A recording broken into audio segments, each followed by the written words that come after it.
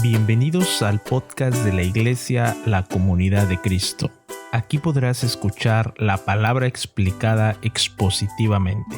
Si quieres conocer más de esta comunidad bíblica, te invitamos a que nos visites en nuestra página www.ccc-online.org.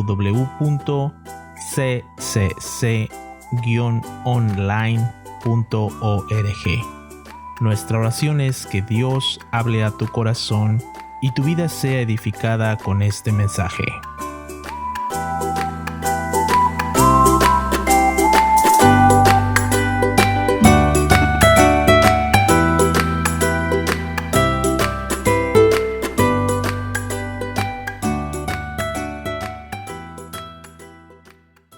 Les voy a pedir por favor que abran sus Biblias en el Evangelio de Lucas, ¿ok?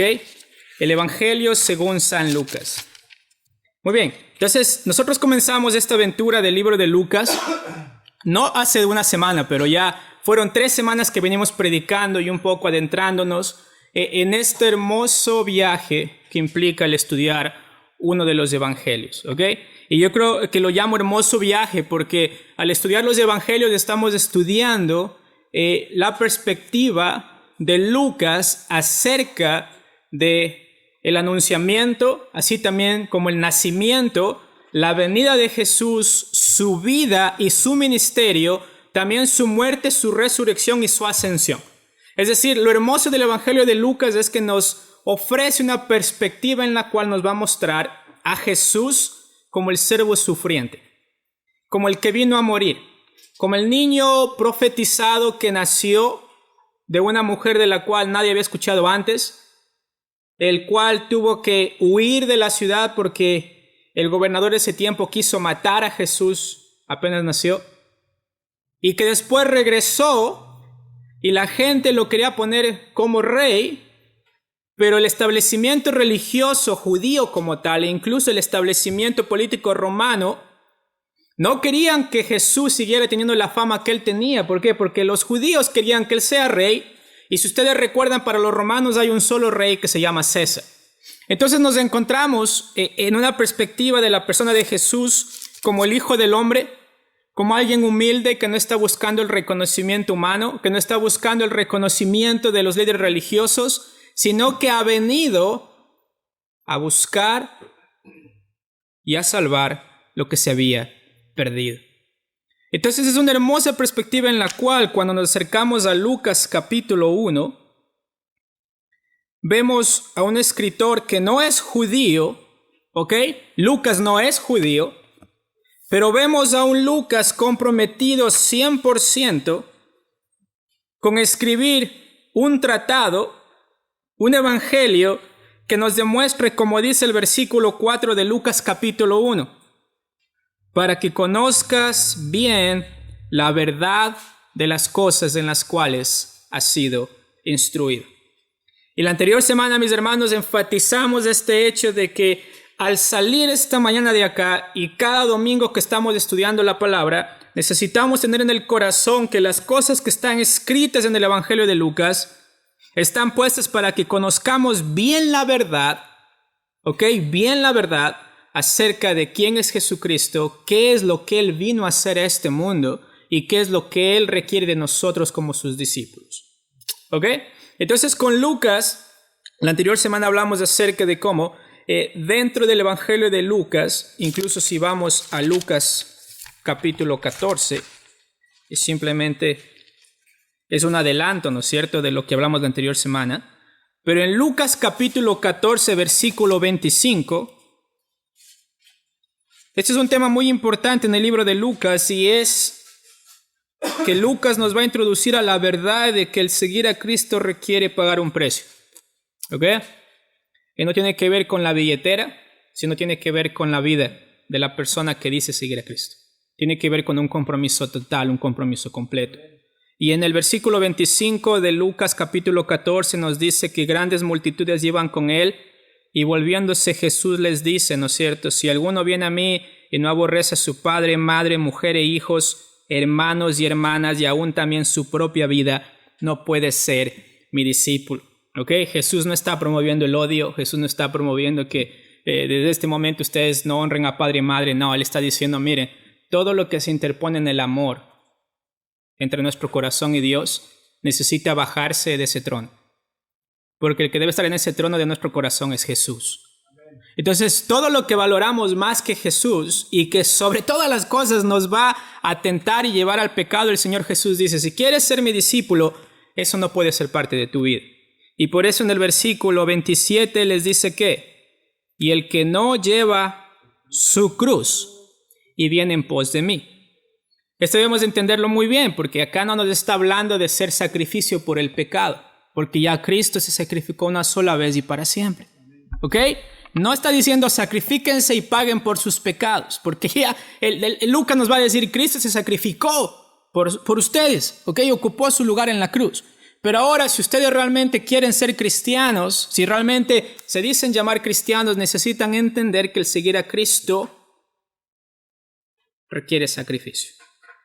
Y se parece mucho a alguien que toma su cruz para seguir a Cristo. ¿Por qué? Porque si mataron al maestro, es muy probable que también maten a su discípulo. ¿Por qué? Porque el Señor dijo, hey, el mundo no me ama, ¿ok? O sea, el mundo les va a aborrecer por causa mía. Pero les dice el Señor Jesús, pero no se preocupen porque yo he vencido al mundo. ¿Ok? Y hoy día cantábamos de eso, ¿no es cierto? Él es rey, Él reina, o sea, la creación le obedece, la creación le honra, y por lo tanto nosotros también debemos de hacer lo mismo, honrarle, adorarle, no dejar que nada se interponga entre nosotros y Dios y en la relación que tenemos con Él. Entonces decíamos que este Evangelio de Lucas nos está sumergiendo a la realidad de que nosotros necesitamos contar el costo que requiere seguir a Cristo. ¿Ok? Y bueno, en Lucas capítulo 1, regresando a Lucas capítulo 1, cuando Lucas acaba de darle el propósito a Teófilo, que es la persona a la cual Lucas escribe, le dice que es para que conozca bien la verdad acerca de las cosas en las cuales él ha sido instruido. Él va a hablar de algo muy, muy, muy interesante en el versículo 5. Y es acerca de la promesa, o más bien dicho, el anunciamiento del nacimiento de un personaje muy importante en la Escritura, que se llama Juan el Bautista. ¿Ok? Alguien que literalmente tuvo que pagar el precio de anunciar a Cristo con su vida. En capítulos posteriores vamos a ver que la cabeza de Juan el Bautista es cortada y que luego Juan el Bautista va a entrar en la cárcel por seguir a Cristo. Pero algo que quiero que veamos, mis hermanos, y es algo muy importante. Nosotros no vamos a estar dispuestos a pagar el precio por algo hasta que entendamos realmente a la persona por la cual tenemos que pagar el precio. ¿Ok? Hasta que conozcamos realmente y podamos confiar realmente en esa persona. A veces uno utiliza frases como contigo voy hasta la muerte. Y cuando llegue ese momento, soy el primero que salgo corriendo, ¿no es cierto? Porque si te he visto no me acuerdo, pero cuando viene ese momento en el cual realmente tenemos que pagar el precio por algo, por alguien, simplemente nos acobardamos y salimos corriendo, ¿no es cierto? Y simplemente son palabras, pero en la parte de Lucas capítulo 1, en el versículo 5, algo que vamos a aprender esta mañana, mis hermanos, y algo que va a ser muy importante que nosotros reconozcamos, y si vamos a pagar el precio por seguir a Cristo, necesitamos reconocer que el Señor nunca olvida sus promesas. ¿Ok? Esa parte es muy importante, mis hermanos. El Señor nunca olvida sus promesas. Y hoy día el hermano Bob nos decía hace un momento, miren, ¿cómo podemos hacer de este año 2023 un año que realmente no vamos a enfocarnos en qué sea lo mal, sino más bien vamos a ser agradecidos por lo que el Señor hizo a través de nosotros o en nosotros? Cuando entendemos que el Señor, mis hermanos, nuestro Dios, el Rey, nunca olvida sus promesas. ¿Ok? Nunca olvida sus promesas. Pero lo que debemos entender es que estas promesas que vienen de parte de Dios se dan dentro de un contexto real. ¿Ok? Esta parte es muy clave. Muchas veces nosotros tratamos de hacer una dicotomía o separamos mucho nuestra vida de iglesia de nuestra vida normal. Es decir, me pongo el uniforme del trabajo y luego voy a la iglesia y me pongo el traje y me pongo la corbata y me pongo la camisa. Y ahí vivo a Cristo, pero fuera de ahí yo no soy cristiano. ¿Ok? Yo soy cristiano en la iglesia, pero fuera de la iglesia no soy cristiano. Pero algo que es interesante es que Lucas nos va a decir, esta historia de Jesús es ciertísima, ¿ok?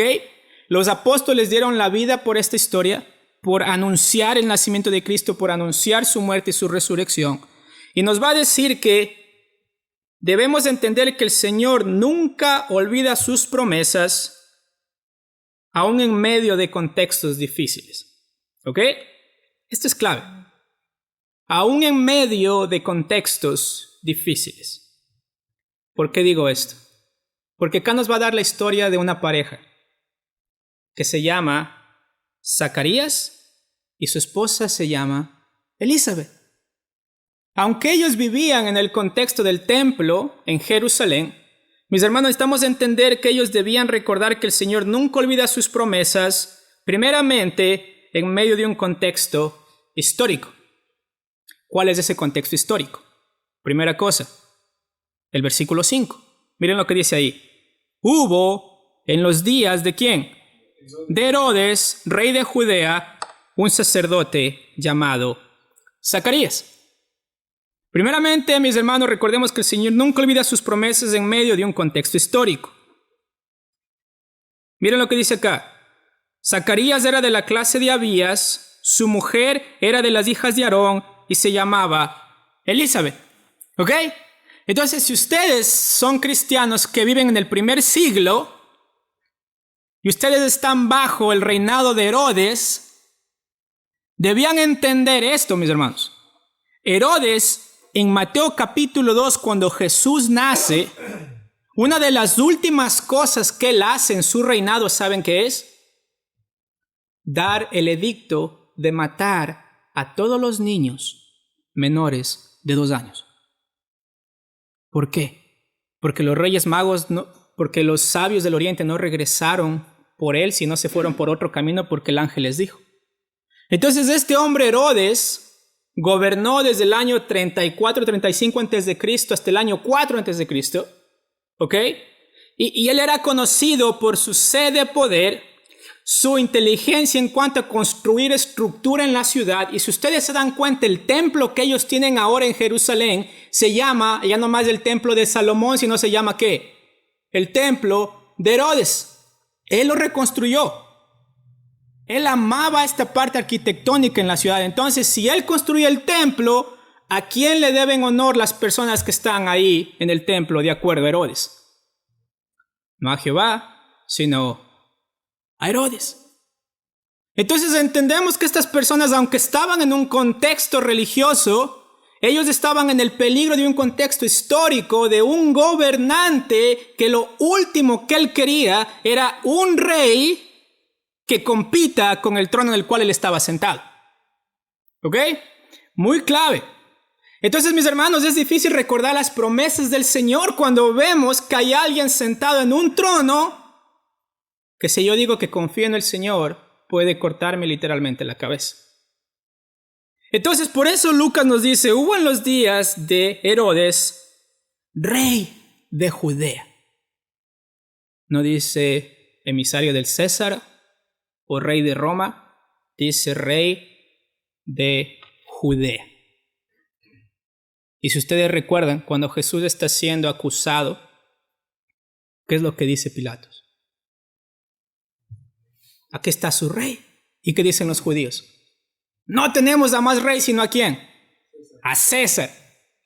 Entonces, ¿entienden esta dinámica? O sea, el confiar en el Señor, mis hermanos, el reconocer que el Señor nunca olvida sus promesas, debemos entender que incluso debe ser hecho dentro de un contexto histórico difícil. ¿Ok? Dentro de un contexto que tal vez hay tiempo. El hermano Bob Orabi decía, gracias Señor por la libertad que tenemos para adorar, pero tal vez mañana no va a ser así. Tal vez mañana van a venir acá con palos y con piedras y no nos van a dejar entrar. Tal vez mañana el hecho de predicar desde acá va a costar la cárcel. Y la pregunta es, ¿vamos a confiar de que realmente el Señor prometió algo cuando se ponga la cosa difícil? Vamos a ver.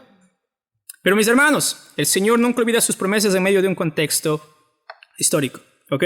Y por eso nos dice que en los días del rey Herodes, rey de Judea, un sacerdote llamado Zacarías, de la clase de Abías, su mujer, era de las hijas de Aarón y se llamaba Elizabeth. ¿Ok? Este también es interesante, pero el Señor, mis hermanos, nunca olvida sus promesas para Zacarías y Elizabeth, aún dentro de un contexto religioso, ¿no es cierto? O sea, ahora entendemos cuál era la función de Zacarías. ¿Cuál era la función de Zacarías? Dice que él era un sacerdote, ¿ok? Es decir, él servía en el templo. Y quiero darles un poco de contexto de lo que significaba ser sacerdote en ese tiempo, ¿ok? Existían aproximadamente 24 clases o 24 divisiones de sacerdotes, ¿ok? Cada división más o menos incluía 300 sacerdotes. De estos 300 sacerdotes, de estas divisiones, lo que hacían ellos es echar suertes para saber cuál de estos sacerdotes tenía la única tarea que tal vez lo iban a hacer una sola vez en su vida, de ofrecer incienso fuera del lugar santísimo. ¿Ok? Entonces miren lo que dice acá. Dice que Zacarías era de la clase de Abías. De acuerdo a 1 de Crónicas capítulo 24 versículo 10, nos dice que la clase de Abías era la 8ª división. ¿Y qué hacían ellos? ¿Ok? Cuando le tocaba a la clase de Abías o a la división de Abías el servir en el templo, habían 300 sacerdotes. ¿Ok? De estos 300, unos pocos iban a servir 2 semanas al año. ¿Ok? Solamente 2 semanas al año ellos tenían el privilegio de servir en el templo. Muchos de ellos ni siquiera llegaban a ofrecer incienso o a servir dentro del templo mismo. Porque eran muchos. ¿Ok? Eran muchísimos. Entonces lo que nos dice el texto es que este hombre Zacarías,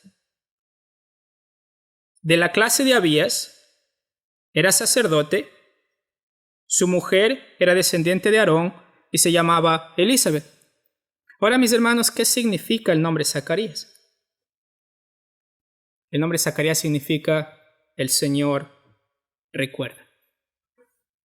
El Señor recuerda. El Señor recuerda. El Señor no ha olvidado. ¿Qué significa el nombre Elizabeth? ¿Saben qué significa el nombre Elizabeth, mis hermanos? El Señor ha prometido.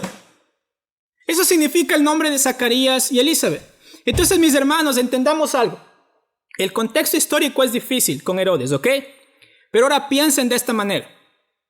Desde la última profecía que se dio en el Antiguo Testamento, han pasado 400 años aproximadamente, sin que Israel reciba una profecía de algún profeta. 400 años. Entonces, si ustedes ven, han existido desde el último profeta del Antiguo Testamento hasta el tiempo donde escribe Lucas, 400 años en los cuales los sacerdotes han estado sirviendo en el templo, sirviendo en el templo, sirviendo en el templo, esperando por la venida del Mesías, pacientemente, fielmente sirviendo, y el Mesías no venía. ¿Ok? No venía. 400 años sin recibir palabra de un profeta. Pero algo que me encanta es esto. Nos dice que Zacarías y Elizabeth, ambos eran, ¿qué, mis hermanos? Justos delante de Dios. Justos delante de Dios. Y andaban ¿cómo? Intachablemente, sin mancha, en todos los mandamientos y ordenanzas del Señor. ¿Ok? Esto es clave. Porque, mis hermanos, el Señor nunca olvida sus promesas. ¿Ok? Aún en medio de contextos difíciles, el Señor sigue cumpliendo sus promesas. Pero ¿qué de sus hijos? Ellos necesitan esperar confiadamente, siendo fieles a lo que el Señor les ha encargado que hagan. Y esto fue el caso de Zacarías y Elizabeth.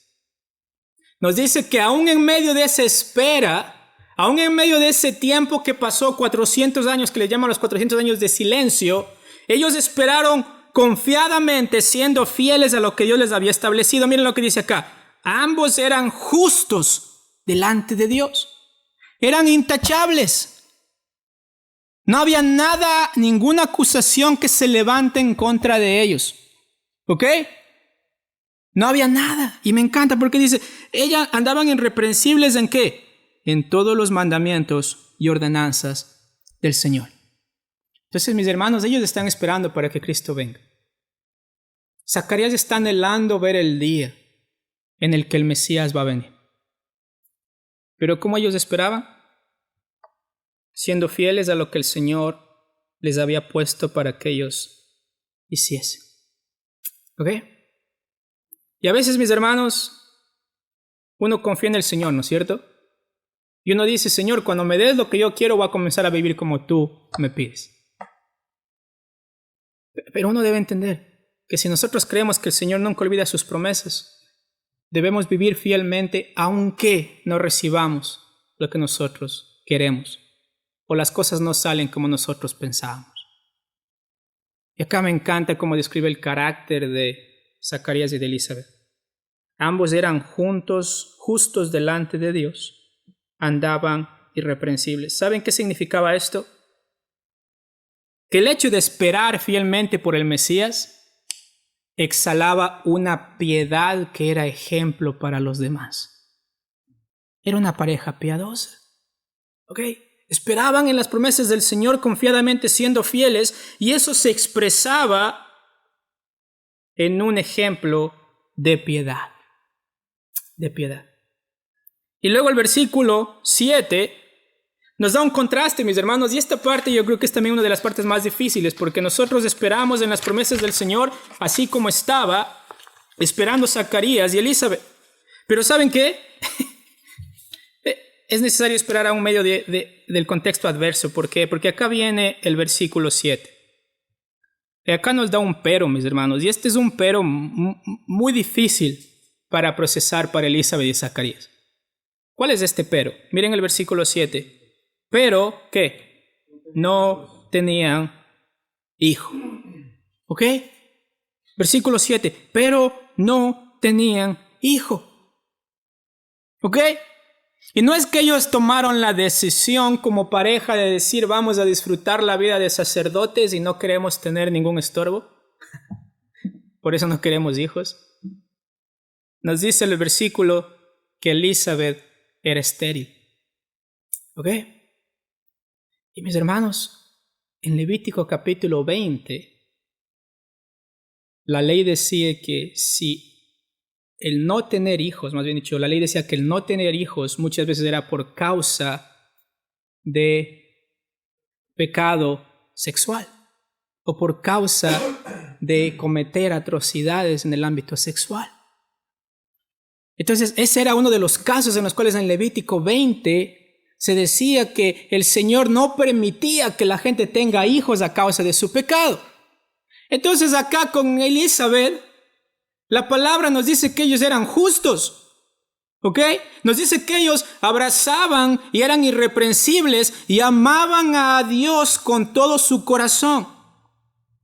Entonces cuando nos dice que Elizabeth era estéril, no es a causa de su pecado. Porque no hay pecado acá que nos dice que Elizabeth cometió para no tener hijos. Entonces es triste incluso para Zacarías y para Elizabeth estar en medio del pueblo, estar sirviendo a Dios, y nos dice el texto, Elizabeth era estéril. Y mucha gente lo veía como maldición para la vida de ellos. Pero la palabra nos dice, no es maldición, no es a causa de su pecado. Y si eso fuera poco, ¿qué dice la siguiente frase? Y ambos eran viejos. O sea, si quieren añadir imposible sobre imposible, esto es. O sea, ¿cómo pudo esperar en la promesa del Señor de que Él va a traer el Mesías cuando la palabra dice que ellos eran, bueno, fieles al Señor, sí, gloria a Dios, por eso se mantuvieron fieles, pero no tenían hijo, es decir, dentro del pueblo, Zacarías no tenía un descendiente. Elizabeth no era vista como una mujer dichosa porque no podía tener hijos. Y aparte de eso, el tiempo se está acabando. Aparte de eso, el tiempo se está acabando. Están viejos. ¿Cómo puedo encontrar honor, decía ahí en medio de esto? O sea, esta es la parte, la parte del contexto histórico juega un papel acá en donde Elizabeth no puede ser una mujer honrada por otras porque no tiene hijos. Y mis hermanos, ¿a qué les recuerda esto? Abraham y Sara. ¿Ok? ¿Sí recuerdan? Viene los ángeles a la casa de Abraham, en Génesis capítulo 18, le dicen, tu mujer va a concebir. ¿Qué hizo Sara? Se ríe. ¿Por qué? Porque somos dos viejos y yo soy estéril. ¿Ok? Somos viejos y yo soy estéril, es decir, este es algo imposible. Pero mis hermanos, desde el Señor hablando, Abraham diciéndole, ella va a concebir. ¿Por qué? Porque ¿quién es el que controla la matriz? Es Dios. ¿Y quién es el que cumple el propósito en las promesas que Él ha hecho? Es Dios. Entonces vemos acá esta especie en la cual Zacarías y Elizabeth nos recuerdan a la historia de Israel como tal. Es una historia de imposibles. Israel no hubiera podido hacerlo por sí mismo. ¿Ok? No hubiera podido hacerlo. Y no solamente fue con Abraham y Sara, sino también fue, ¿saben con quién? Con Jacob y Raquel. En Génesis capítulo 30. Raquel no podía tener hijos. No podía. Y las otras mujeres se reían de ella y se burlaban de ella. Porque no podía tener hijos. ¿Ok? ¿Y qué hace el Señor? Concibe a luz un hijo. ¿Y quién nace? ¿Se acuerdan? José.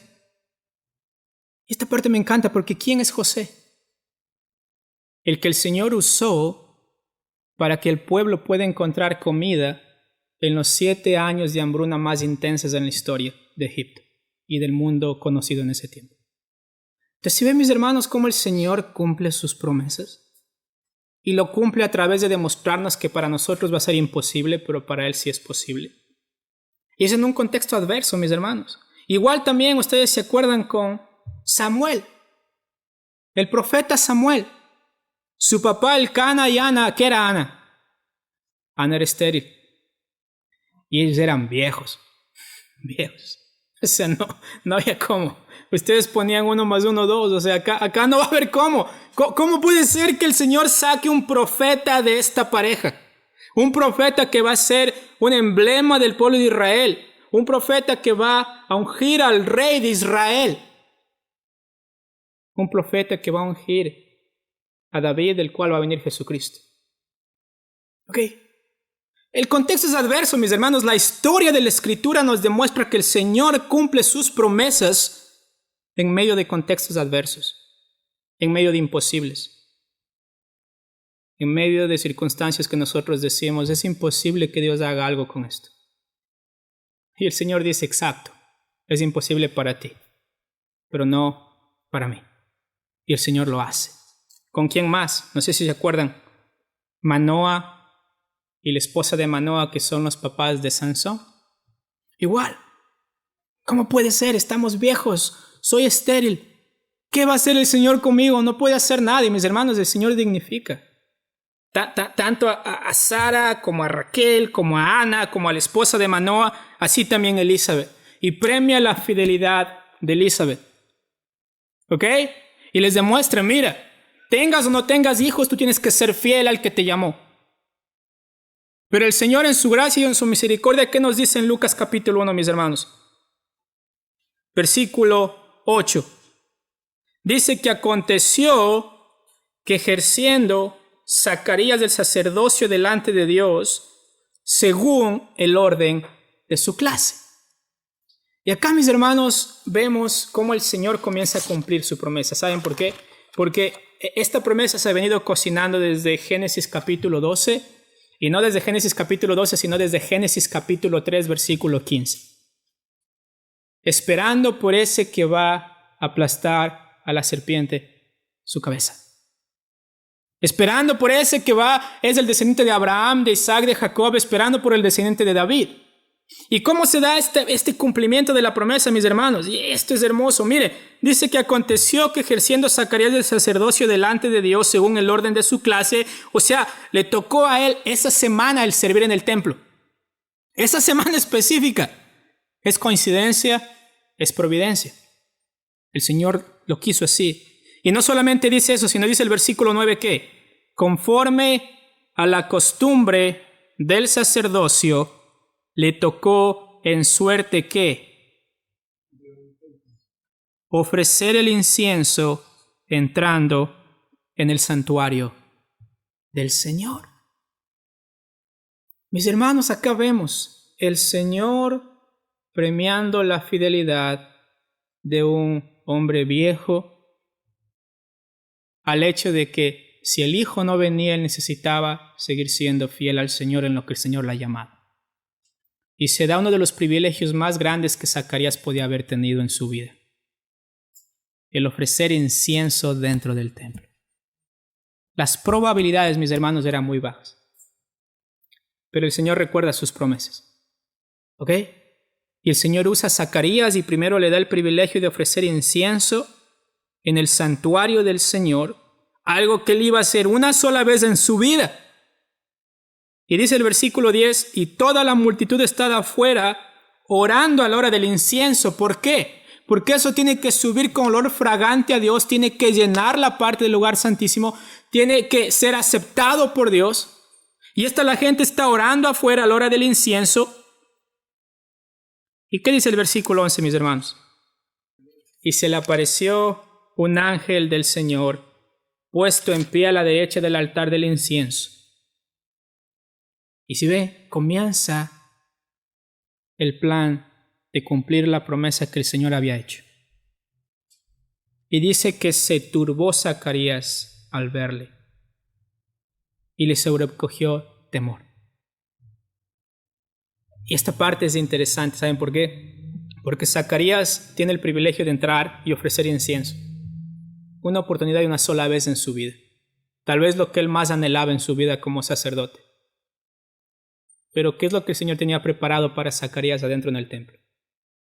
El incienso simplemente fue este medio por el cual él entra al templo para ofrecerlo. Pero ¿quién estaba ahí, mis hermanos? El mensajero de parte de Dios. Para decirle, tu nombre significa el Señor recuerda. Y ahora el ángel del Señor le va a decir, el Señor ha recordado. El Señor nunca se olvidó. Y nos dice que él tuvo temor. ¿Quién no va a tener temor, no es cierto? Sí. Nadie puede entrar al lugar santísimo. Solamente el sacerdote que estaba limpio. Y ve al ángel del Señor adentro. Supongo con el resplandor de la gloria de simplemente estar en la presencia de Dios. Tiene temor y el ángel le dice que Zacarías, no temas. ¿Ok? No temas. ¿Por qué? Porque tu oración ha sido oída. Primeramente, ¿ok? Ratifica la piedad de ellos y dice, mira, no temas, ¿por qué? Porque yo vengo para darte las buenas nuevas de que tu oración ha sido oída. ¿Y cuál es el resultado de la oración de Zacarías y de Elizabeth? Tu mujer Elizabeth dará a luz un hijo y llamarás su nombre Juan. ¿Ok? Dice, y Elizabeth, tu mujer, dará a luz un hijo y llamarás su nombre Juan. Qué hermosa verdad. Qué hermosa verdad. El hecho de saber que la fidelidad de una pareja. Entonces dice, pero el ángel le dijo, Zacarías, no temas, ¿ok? Primeramente, es esta expresión de cuando nosotros, mis hermanos, confiamos en el Señor, ¿ok? Y esta parte es muy importante. Zacarías y Elizabeth, ¿ok? Estaban haciendo lo que el Señor les había mandado. Eso debe ser muy claro, ¿ok? El recordar las promesas del Señor y el saber que el Señor nunca llega tarde implica que nosotros vivimos con esa convicción y vivimos de acuerdo a la palabra porque sabemos que el Señor siempre llega a tiempo. Y acá con Zacarías el texto nos dice, era estéril, eran viejos, pero seguían haciendo lo que el Señor les había mandado. ¿Ok? Y ahora el Señor premia y dice, hubo un ángel que le dijo, Zacarías, no temas. ¿Por qué? Porque Zacarías sabe que si es Dios mismo, él puede morir ahí. Y al ser un ángel también él teme porque dice, ¿qué hice? ¿No es cierto? Y dice, porque tu oración ha sido oída. La realidad de que el Señor realmente está escuchando las oraciones de esta pareja fiel. Y le dice, y tu mujer Elizabeth dará a luz un hijo y llamarás su nombre Juan y tendrás gozo y alegría y muchos se regocijarán de su nacimiento. ¿Sí ven? El resultado de confiar que el Señor realmente está haciendo algo, aunque tome 400 años de esperar en eso. El Señor está haciendo algo. ¿Y saben qué es lo más hermoso? Si ustedes van a Isaías capítulo 40, vamos a ver mucho de Isaías en las siguientes semanas, pero Isaías capítulo 40.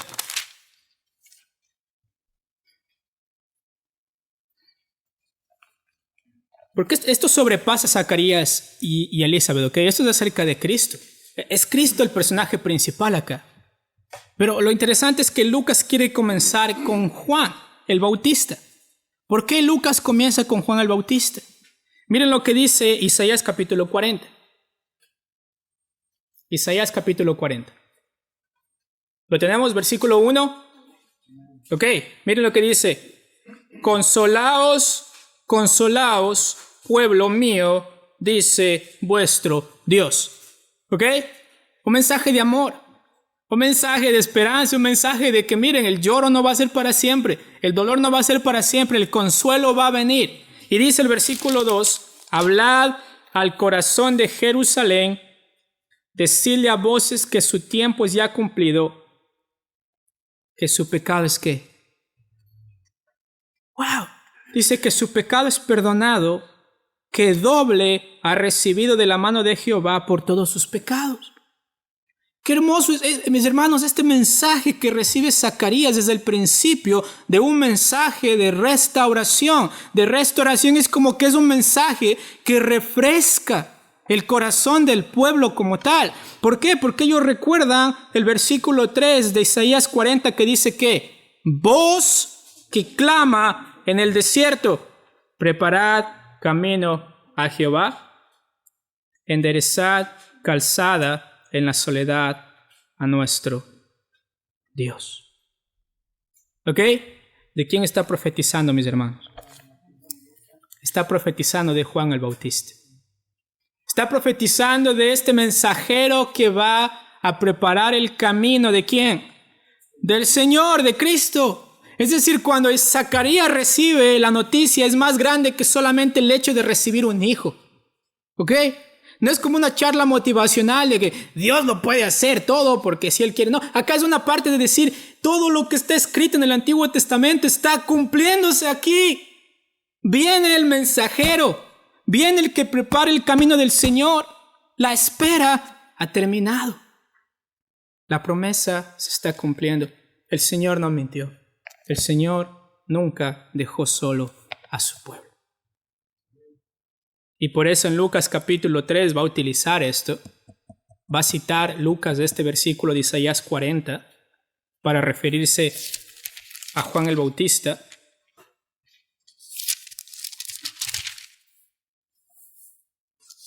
Lucas capítulo 3 versículo 4.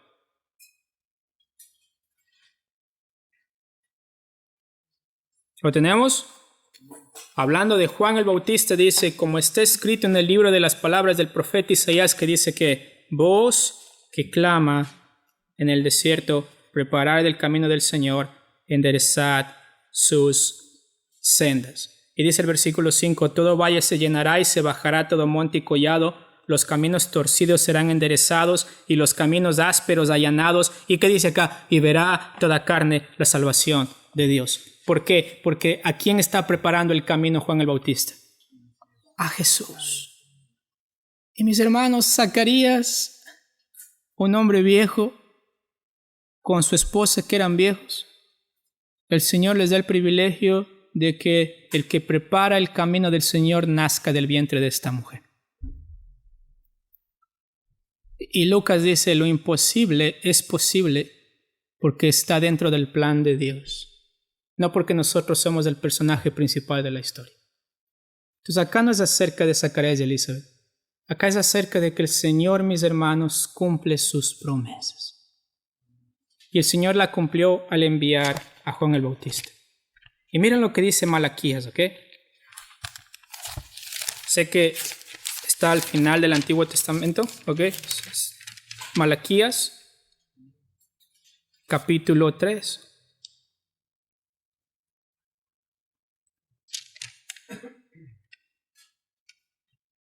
¿Lo tenemos? Malaquías capítulo 3. Miren lo que dice. He aquí, yo envío ¿qué? Mi mensajero, el cual preparará el camino delante de mí. Acá, ¿quién está hablando? Es interesante, pero es Jesús. O sea, esta parte es impresionante, el hecho de que Jesús dice, aquí yo envío a mi mensajero. ¿Quién es mi mensajero? Juan el Bautista. Y él preparará el camino. La predicación de Juan prepara el camino para que venga Cristo. ¿Ok? Y ahora miren lo que dice el capítulo 4, versículo 1. ¿Por qué era tan importante, mis hermanos, esta parte de entender y que Lucas escribe y dice, mire, Juan el Bautista va a nacer? Porque dice, he aquí en el capítulo 4, versículo 1, porque he aquí viene el día ardiente como un horno, ¿ok? Y comienza a hablar del infierno.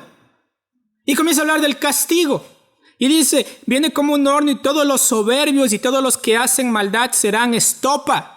Aquel día que vendrá los abrazará, ha dicho Jehová de los ejércitos, y no les dejará ni raíz ni rama. Entonces viene el hacha del juicio, viene el martillo del juicio, viene la realidad de que el que no cree en el que él va a hablar ahora va a terminar simplemente como estopa.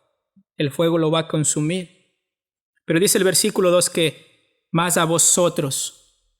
¿Quiénes vosotros? Los que teméis, ¿qué? Mi nombre. ¿Qué les nacerá, mis hermanos? El sol de justicia, y en sus alas traerá salvación, y saldréis y saltaréis como becerros de la manada. ¿Ok? Qué hermoso. Dice, les nacerá el sol de justicia. Mis hermanos, esto es más grande que Zacarías y Elizabeth. Esta era la verdad de que el sol de justicia, la luz del mundo, el Señor que ellos estaban esperando por miles de años, iba a venir. ¿Y cuál era la principal señal de que Él iba a venir? Que Juan el Bautista iba a nacer, iba a preparar el camino para que Él venga. Entonces la emoción que existe acá, el temor que existe acá, es impresionante. O sea, no sé cómo, incluso, miren lo que dice Lucas capítulo 1.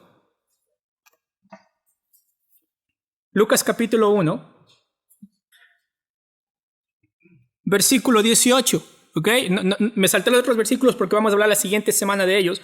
Pero miren lo que dice el versículo 18. O sea, esto sobrepasa a Zacarías y dice, dijo Zacarías al ángel, ¿qué? ¿Cómo puedo conocer esto? ¿Por qué? Porque mira, ángel, no sé si te has dado cuenta, yo soy viejo. Y mi mujer también es vieja. ¿Y qué le dice el ángel? Le dice, es como que le dice, mira, tú no importa. No importa quién eres tú. Lo que importa es que tú reconozcas quién es Dios. Y le dice, yo soy Gabriel que estoy delante de ¿quién? De Dios. ¿Ok? O sea, esta parte él tiene que ser recordado, que cuando el mensaje viene de Dios y el Señor ha dicho que va a hacer algo, Él lo va a hacer. Y dice, y he sido enviado a hablarte y darte esas buenas nuevas, y ahora quedarás mudo. Y no podrás hablar. ¿Hasta que qué? Hasta que nazca Juan el Bautista. ¿Y saben cuándo le va a devolver la voz el Señor a Zacarías? Cuando Juan nace y la gente le quiere poner otro nombre y le regresa la voz y dice, Zacarías, él se debe llamar Juan, porque él es el prometido en Isaías 40, en Malaquías capítulo 3, en Malaquías capítulo 4, de que él va a ser como un tipo de Elías que va a preparar el camino del Mesías. Entonces, mis hermanos, ¿por qué los discípulos estuvieron dispuestos a pagar el precio? El costo que implicaba seguir a Cristo. Porque ellos entendieron, mis hermanos, que el Señor nunca retarda sus promesas. Que el Señor siempre las cumple. Y que las promesas de Él son más grandes que nosotros. Las promesas de Él tienen que ver con quién es Él y qué es lo que Él quiere hacer en este mundo.